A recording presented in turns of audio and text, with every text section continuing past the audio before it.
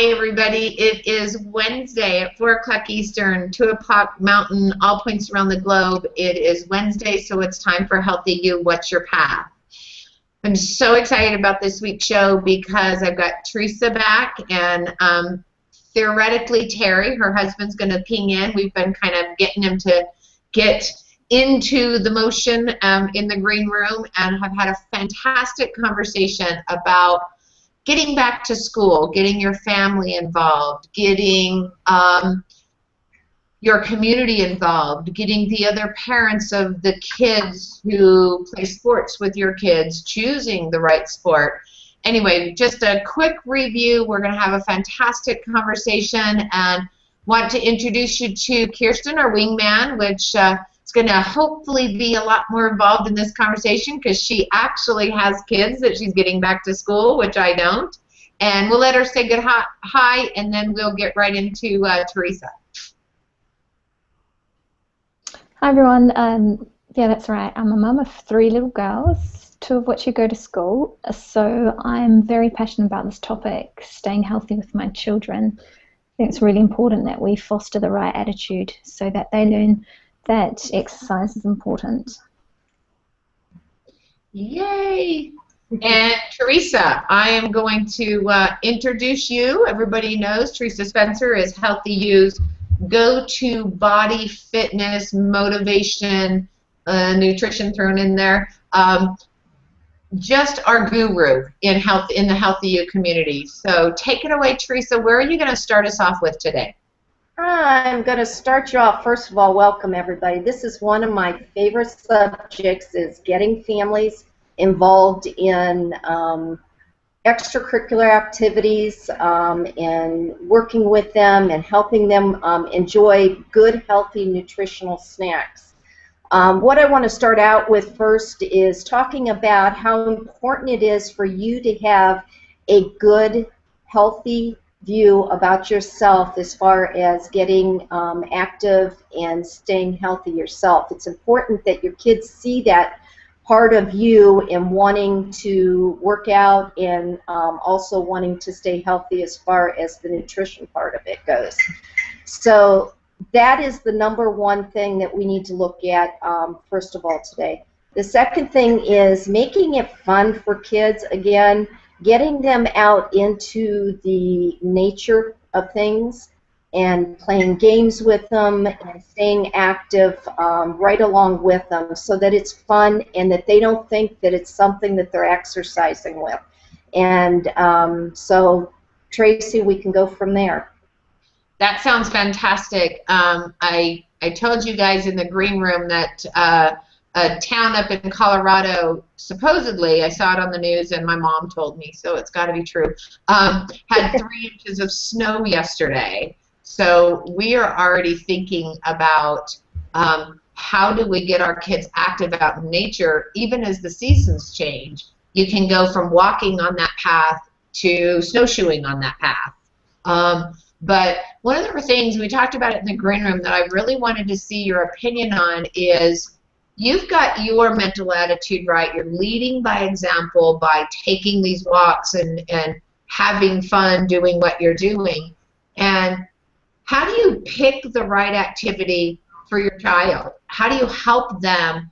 Because I think your quote in the green room was, not everybody is going to be a soccer star. Not everybody's going to like football. So how do you sit down with your kids and start picking an activity that is fun for them too? You know, it's that you hit it right on the head there, Tracy. It's important that in order for a child to feel like they are involved and for them to continue on through their life, they've got to do something that they enjoy. And again, like you just said, not all kids are going to be that soccer player, or that football player, or the cheerleader, or the track star. So it's important that you sit down with your kids and find out what they want to do.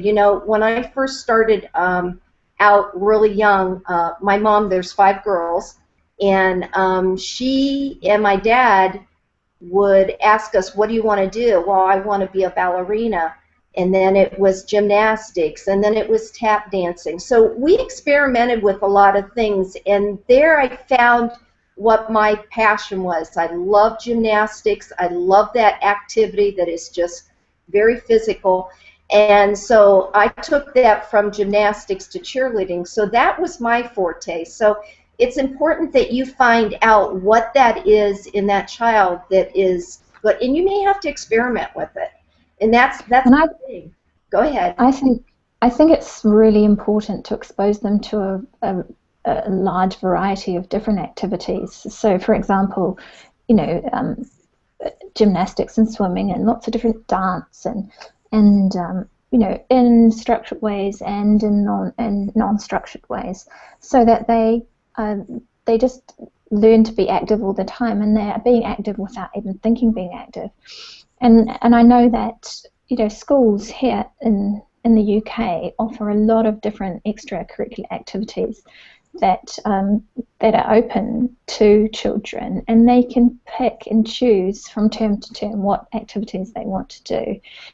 And I just encourage my girls to do lots of different things, as well as having an environment around us so that they can go outside and bounce on our trampoline and play on our fort and run around in our back garden. And obviously not everyone's as fortunate as what we are to have a garden so that they can do that, but there's lots of parks and lots of swimming pools that people have got access to. And I think, if you show your children that you are fit and healthy and active, they will follow suit. Absolutely, Kirsten. I 100% agree with that. And again, that's following by example. Those kids need to see you active in order for them to know that it's good for them to stay active. Do you have any advice on picking a thing that y'all could do together? Well, we have a non-negotiable in our family, and that's swimming.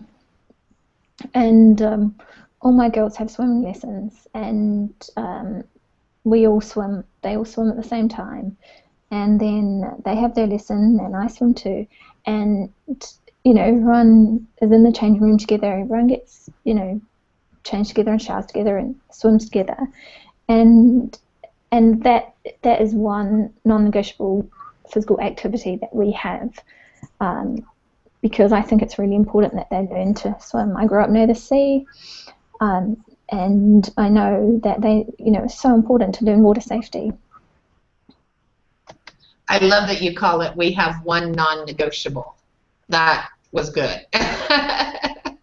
I'm glad you brought that up, because swimming really is something that everybody can do in the family. I know that my mom was deathly afraid of water, and so my dad made it a thing that we had to learn how to swim. He didn't want us to go through life with that fear of not swimming, and so that to us, we had a pool in our backyard, which we were very fortunate to have. But to Kirsten, I totally agree. Swimming is an excellent source of exercise. So how do we, and I didn't even mention this until you guys were talking, so we've motivated our kids, they found the perfect sport for us. Is there any conversation to be had if they take their sport too seriously? What if they have to be perfect at it and have to try harder and have to practice 10 hours a day, and they get hurt? And then also folding in the eating healthy. I mean, these kids' bodies are growing. They need a massive amount of food. And if you watch TV commercials, they're supposed to be eating these zip out of the freezer, throw in the microwave snack things after school. Now that we've got them moving and got them exercising, how do we feed them healthy, Teresa? Feeding them healthy is key to them leading a very healthy, successful life later on. Starting them out young by making sure that at the age of 2 and 3 years old that you are feeding them with your vegetables and your fruits and making it fun for them. It's really important that they see that just because they're eating carrots, you can make it into a little picture on their plate so that, you know, that they look at it and think, oh, this is fun, and they'll start eating it. Kirsten, I mean, I'm sure that you've got some great ideas on what you've done for your kids to get them. Well, I do that sometimes, but I don't make them eat everything I give them, but I try and get them to eat all of their vegetables every night, and I provide healthy snacks for them so that, you know, when we are you know, running around doing things, I've got grapes and carrot sticks and hummus and you know, crackers for them to chomp on. And they actually would prefer to eat these types of foods, especially when they know that the carrots are out of our garden, or the beans were swapped for some of our plums, or, you know, they choose now to eat healthily. You know, that's so true. And making the vegetables, have them all cut up and stuff, and put them in your refrigerator so that it's easily accessible for those kids, instead of reaching in for a candy bar, going into that refrigerator and pulling out something that's all ready for them. They don't have to, you know, take the carrot and get all the skin off of it, and, you know, the tomatoes and that kind of stuff. So making it readily available for them is important too. So one of the things we wanted to talk about with the whole back to school thing was getting them healthy lunches. I know there's a lot of kids, at least in our country, that also have breakfast at the school. And so horrible things in the news about how unhealthy what we provide for them in the school system is, because it's mass produced and it's big and it's out of a box. How do we just get them to bring a healthy lunch, to make sure that there's time for a breakfast in the morning and things like that, Teresa? Well, the number one thing is it's important that the kids feed their bodies so that they can think correctly when they get ready for school. So having a breakfast first thing in the morning there's no going around about it. That should be a priority for every family. The second thing is making it fun for the kids when you get their lunches ready, either the night before or the morning of, and have them help you. Give them a couple choices and let them pick two choices out of what you've given them, so that you know that what they're picking is something that they're going to eat. Making sure that they've got their meats and their vegetables and their fruits and stuff is important to go along with that. Kirsten, have you? Is there anything that you can add to that? Well, in the UK in particular, there are lots of schools that offer breakfast clubs, and all schools give children hot meals at lunchtime, which is remarkable. And thanks to our dear friend Jamie Oliver, these meals over the last couple of years have really improved in their quality. And I can talk firsthand about the school lunches. I mean, when I first started teaching in the UK, which is about 16 years ago, the lunches that they served up were absolutely crap. They were, you know, like turkey Twizzlers and chips and beans, and there wasn't any fruit or vegetables, or the vegetables would be, you know, frozen boiled corn, and they were awful. But over the last couple of years, there has been a complete initiative from the government to make school dinners more appetizing and more healthy for children. And now they have like they have wrap, they have salad and fruit bars, so that the children can choose what salads they want. And I know the school that I worked in, there was 4 salads that the children could choose from every day, and a selection of different fruits and yogurt that they could choose from, as well as just the meals being, you know, a lot healthier than what they ever used to be. So I guess in the UK, parents are very lucky in that they get to know that their children actually have a hot meal at lunchtime.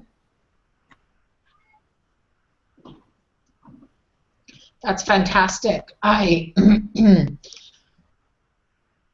don't know much firsthand I know all the kids I talked to, and I met a wonderful little 7-year-old this morning at the grocery store when I was getting some fruit to bring to work, and he was just the cutest kid. It was just adorable, and I knew I was doing the show today, so I asked him about the school lunches.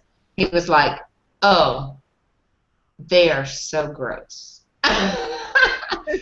You know, Mom makes me lunch every morning because they are just so gross. And I just didn't know what to say about that. I said, okay, well, that's good your mom made you lunch. And she was just beaming that he was bragging about this lunch she made for her, or that she made for him. But that's a fantastic idea of getting it ready the night before so it's not a rush in the morning. And, you know, while we're on this subject, what about the sleep? You know, kids are just coming off of summer where they probably stayed up a little later and slept in a little bit more. How do we get our kids to get back into a back-to-school sleep cycle? Now, I think it's important that you start a couple weeks before and maybe put them to bed. This is what we did with our kids a little bit earlier than they normally have been doing, and then eventually get to the time. They need about 8 to 10 hours rest to be able to function the next morning. So depending on when your school starts or when the kids have to catch the bus or you have to take them to drop them off. But 8 to 10 hours is probably pretty appropriate, I would think, for them to be able to function at school. I know that my children have been up a lot later during these holidays than what they will be during the school time. And I think it's just about, you know, re-establishing those routines that you have, and also knowing that they will be very tired. Those first couple of weeks back to school, they will be very tired and they will want to go to sleep. So if they have some good food in their belly and a nice hot bath and, you know, a nice calming period, they will want to go to sleep. Oh, absolutely. That's fantastic. You know, I'm telling you, I think I'm going to move in with you for a while. A nice hot bath and a good belly full and a nice calm time, maybe story time. I would fall asleep right away. I mean, that's what Chris and I do, minus the bath. But anyway, I won't get into the good book we just finished reading. But so we've, on this back to school path, we've gotten healthy ourselves to be a good role model. We've made family decisions together so that the family unit can work together. And then we've sat down and we've chosen a sport and we've chosen some activity. One of the things we are going to talk about was, besides the lunches, and we added in some sleep schedule, how do we get our community of other soccer moms, I just want to use the soccer mom term because that's easy, other sports moms, how do we stay active while our kids are practicing and building that community? I think one of the things that you can do, especially being coming from how active I am, is starting a group of people, women, men, you know, fathers, whatever, to do walking around the field where you can all walk as a group, or, you know, maybe it's running during that time, I don't know. But starting a group of parents that want to stay active, and I know that a lot of the families bring their younger siblings along too at the practices, so getting them involved in the walking around the field, or, you know, maybe having a run race with the kids, you know, just to keep them active during that time so that there's no lull time and kids can still get that activity and while the other sibling is playing and practicing on the field.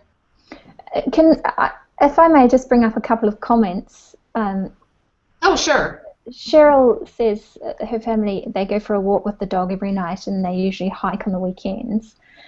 And I love what George Green has said about he manages double duty. I get my neighbourhood walk on and harvest fresh apples and plums from fruit trees available in our community. I think both of those things, you know, are really fantastic things to do with your family. It's a great point. I was just going to bring up about bringing your pets along so that they can get that exercise too. So great ads in there. Yeah, that is because you can always. I know when I had my nieces and nephews up for summer vacation, and I know how trickable I was as a child for my mom. Getting out and walking the dog. The dog needs a walk. Oh, just little side note, you get that too. But setting up a place that is fun and that as we put the whole family in it, we all know our pets are just as much as our family as really anybody else involved. But what else do you want to cover, Teresa? We did a whole lot. I want to talk about using outside chores as a fun activity. I know that when our kids were little, and obviously here in Ohio, we get lots of leaves that fall to the ground, so somebody's got to rake them up. So we would make it fun with the kids, and they'd help rake up all the leaves. We put it in a great big pile, and before we would get that pile and haul it off to an area where it can be cleaned up, we'd let the kids just jump in them and play and have fun. So taking those chores, things that normally would be a chore, and turning it into a fun activity is really important outside. So that's another way to keep your kids active. Do you think of your garden time as active time, Kirsten? I do. I try and spend as much time outside as I possibly can, and my girls help me in the garden. They've helped plant and water and reap the rewards of our garden this year. And it's been a lovely family time, but also it's been great getting them on ladders and picking the plum trees, and I know that in the winter they helped me clear the paths around the house. So yeah, I do see it. I mean, usually when we're outside, we're running around and jumping on the trampoline or on the swings, or climbing on things. Yeah, and I mean, for example, today I was at the park with my girls, and one of them was on the flying fox, and we were running up and down and backwards and forth, and we had such a lovely time together. And at bedtime, when I was putting my youngest to bed, and she's 2.5, I said to her, "Did you like going to the park today?" And she said, "Liked ladder, mummy." So just that whole awareness of climbing up a ladder and going down the slide. It's a memorable experience for them, and also helps their, that's a great example of how it can help with their language development too. Well, and it's, how often do you see mom and dad sitting on a bench while kids are playing? Get out there and do the jungle gym with them. And my favorite things is going on the swing set. So I love that part. Oh, look, we have a guest. Hello, everybody. Why don't you introduce yourself, handsome man? Well, thank you very much. You all look lovely. For those of you who don't know, this is, Teresa is this guy's better half, or however you're supposed to say that. This is Teresa's partner, Terry. Gosh, partner forever. I don't know how long you guys have been married. And I met both of them. It's just fantastic how they support each other through the healthy lifestyle. So, Terry, why don't you give us the man's perspective since you just popped in? Well, I can tell you, I was listening to a little bit of it, and I'm just going to put my 2 cents worth in on something here. And that is something that I've learned is really important, not only for the children for school, but once you get older, for college, and then in business. And that is, when you start out in the morning, make sure your children are getting a good breakfast. And I know you hear that times, and it's so redundant, but let me tell you this. The brain runs on electricity. has neurons, and all those things are firing it all the time in the brain. And if those aren't fed, they're not going to let the brain function properly. It's just like a car. You're not going to have headlights unless you have fuel to run the engine. And the engine then creates electricity through different parts in the engine. If you don't feed that brain in the morning, the electricity in your brain and the neurons are not going to fire. So give your kids a great chance to do well in school. And a lot of people overlook that. But get them fed good in the morning. Make sure that they're getting the nutrition they need. Give them some brain food. And you'll find out that their grades are going to get better. I make sure I get something in the morning when I go in the office. I think so much better and clearer and sharper and quicker when I'm sure that I have the proper nutrition in the morning. And some good liquid inside too, some water or some milk, really to keep them hydrated. Yes, nothing better than lots of water. The water is the natural body cleanser, and I think we also overlook that. And I don't know how many people have really tried, maybe one time try to drink, maybe 8 to 10 glasses of water in one day and just see how much better you feel the next day. It's very noticeable. It's really important that the kids begin realizing that water's so good for them, because now our grandkids, I know the other day Maddie, when she asks for something to drink, she'll ask for a glass of water.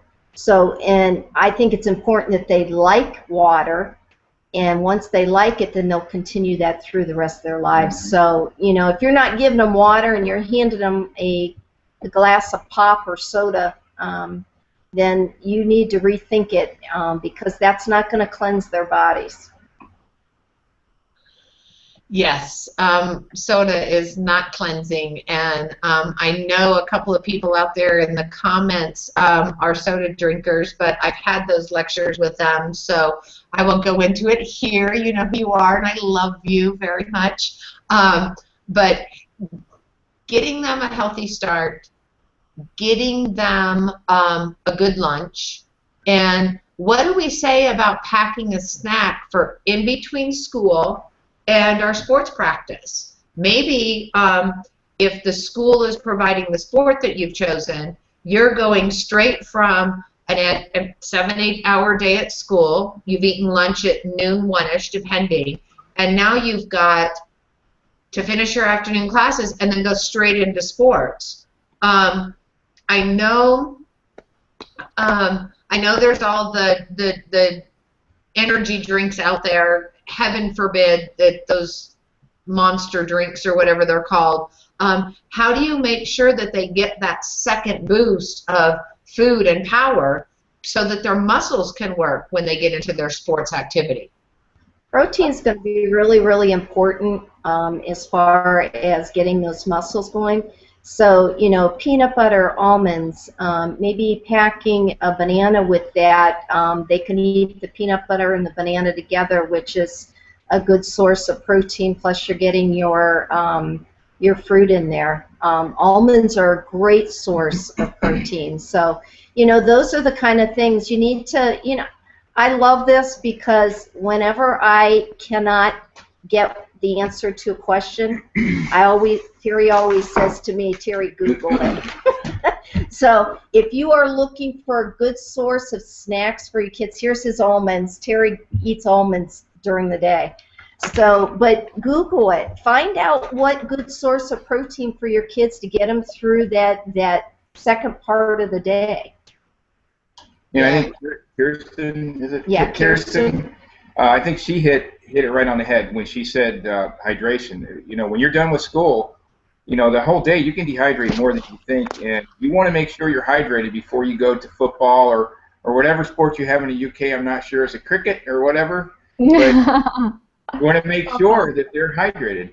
And if not, what's going to happen is they're going to cramp up. Their muscles are going to be too tight, and it's almost like muscles drying out. And then you're going to tear those, or you're going to strain them. And now, before you know it, you're going to have to drop out of a sport, or you're going to be out for days or weeks. Yeah. I want to bring up a comment from Cheryl. If I can get the eyeball working. I've got it.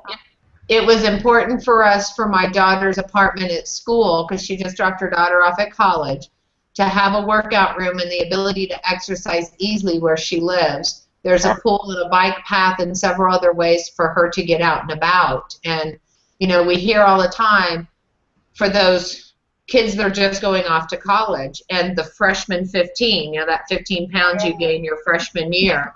And, you know, getting to your student activity and, you know, posting it on the wall. You know, I'm a jogger. I like to walk in the morning. Anybody want to walk with me? And getting involved in some of those activities so you don't do, you know, the freshman 15 like we do. So, you know, one of the things that is so powerful is when you have more than one person with you, you tend to stay more committed to it.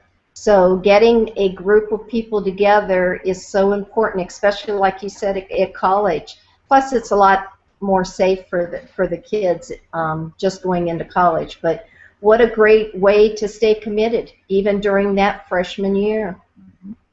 Absolutely. And these are all, if we blessingly get them at Kirsten's daughter's ages, and they grow through what your children have become, and now you're teaching your grandchildren, and Cheryl with her daughter teaching, you know, it's generationally the lifestyle portion of it, which is what we've been talking about, is getting the whole family involved for a lifestyle change. So I don't know if you guys have noticed, but we are a couple of minutes over, of course, and we still have plenty to say, but we will go around, and Kirsten, I'm going to start with you. What are some call to action, some motivation for healthy and back to school, and where can we find you, of course, besides here on Wednesdays?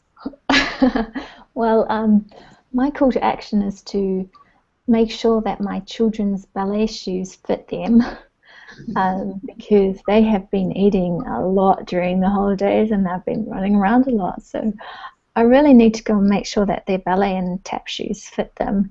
That's my call to action.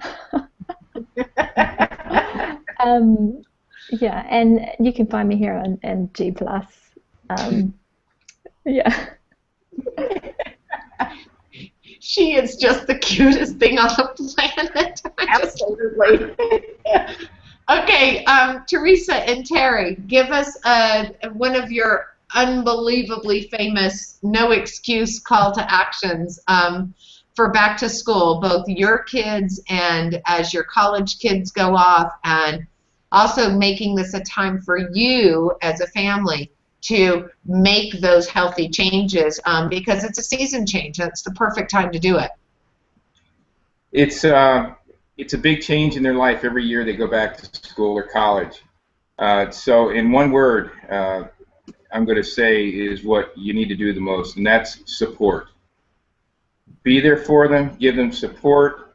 When they are getting bullied, show them the right way to handle it. When they're having trouble with their grades, get right down there with them and work it out, whether you know anything about algebra or not. Get in there and help them out. But be the support team that they need to push them through. They're still in their young phase of their life and so many things to learn and accomplish and conquer. And if they have your support doing it, they're going to be much more successful. Teresa, how about you? That was beautiful, Terry. Thank you. We as a family have always said that Spencer's never quit. And we've taught our kids to always fight hard for what you believe in, and to always go after what you believe in. So be supportive of your kids and give them the love and the encouragement to do what they believe in. And working and going towards a sport, if they have that desire and they have the abilities, support them 100%. Just give them that backing, and we did that with our kids, and they've turned into wonderful examples of young people, and we're so proud of them. And so, fantastic. Lead by example and be the support for each other. Just amazing. I don't know. I don't know what Cheryl said, but it gave Sheila a warm and fuzzy feeling, and I missed it in the comments room. I'm not paying attention. I'm so riveted, but I don't think there's any bigger message when it comes to health, and finding support and doing it with somebody and doing it as a family and being able to make the decisions collectively. If you don't buy the candy bar, they're going to choose the apple because that's what's there. And making sure that your kids have the proper nutrition and getting them into that path, because what comes up next in the world of Healthy You, Healthy Body is for September, we are going to talk about getting ready for the holidays, right? Teresa, what are we talking about in September? Do you remember? Yep, getting ready for the holidays and learning how to get around all those yummy foods that everybody makes, and learning how to portion size it so that you don't get out of control. Just say no. Drink water. Oh, I'm laughing too hard to talk about. But we're going to get into that because we'll be a month deeper into fall. We'll be very close to getting ready for October and what happens with all of that candy. And if we set our pattern now, if we sit down with our family now at this time of change for everybody, just like Terry said, and make some good choices, they will be such an ingrained pattern by the time we get closer into the holidays. It's just going to be magical. So next week we have for Healthy You, that was Healthy Body series. For Healthy You, this is going to be a very fun one. Dennis Deuce is going to come and show us how he changes his mindset with the use of a Rubik's Cube. And I know that sounds really bizarre, so you're going to actually want to tune in, but it was the most fascinating thing I'd ever seen when he showed me in a conversation we were having. So mindset as it pertains to the Rubik's Cube. And I guess the point of that is going to be just pick whatever motivation you need to be able to establish a mindset that will get you through. So that's what next week Healthy You is going to be. Again, it's on Wednesdays, 4 o'clock Eastern, and all points around the globe. So we will see you next week. Go find Healthy You on the community, Healthy You. Join. We'd love to have you. Go find us on YouTube and watch any of the replays. So we will see you next Wednesday. Bye, everybody. Bye. See ya. Bye.